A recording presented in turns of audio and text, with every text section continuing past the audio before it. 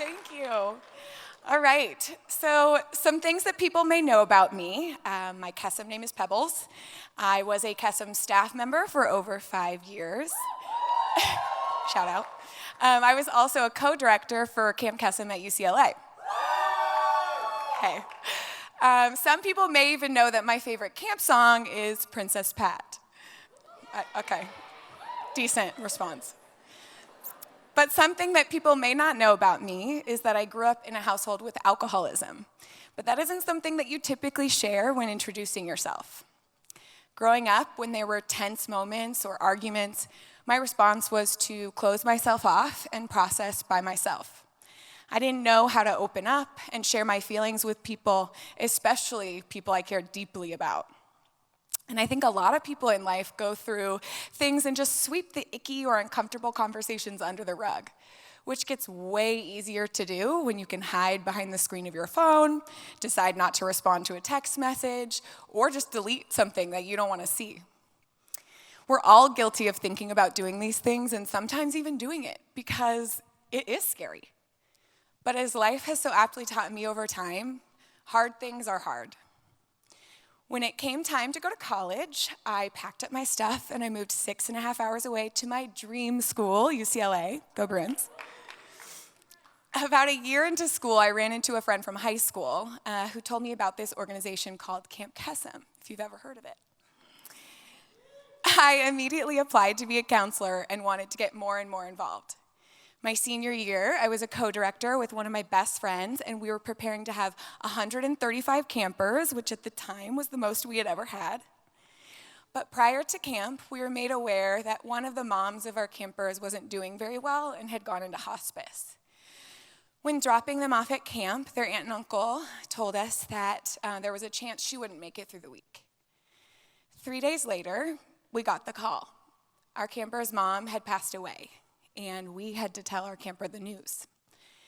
Now, I don't know about all of you, but I was thinking, am I really the best person to do this? Am I capable of doing this? Is there an adult around?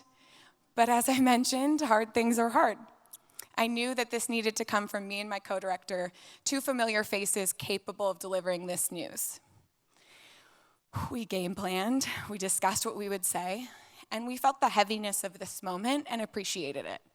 We appreciated the position that we were in, and we appreciated that this was a hard thing.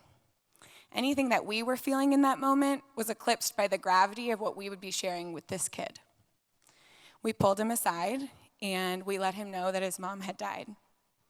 We gave him a space away from campers to process and ask questions, but ultimately he decided to go back to his unit and stay at camp for the week, where he felt safe, loved, and respected. That was when I realized that sometimes showing someone that you love them is being willing to have the difficult conversations. This was the first of many direct, candid, honest conversations I began to have in my life. It was the game changer. Now, I know that all of you in this room, you would have done the exact same thing I did.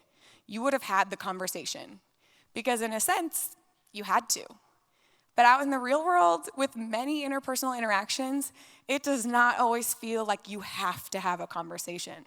You don't have to be the one to tell your roommate that they weren't accepted to be a counselor, or confront a coordinator who ignored an important email from a camper family. But thanks to Kesem, we all have the tools, the empathy, the self-awareness, the communication skills to do the hard thing. Therefore, we all have a responsibility, just like I did with that camper, to have the difficult conversations.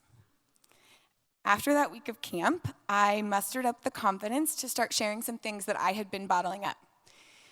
I had to have a conversation with my parents about boundaries and things that were really challenging for me growing up.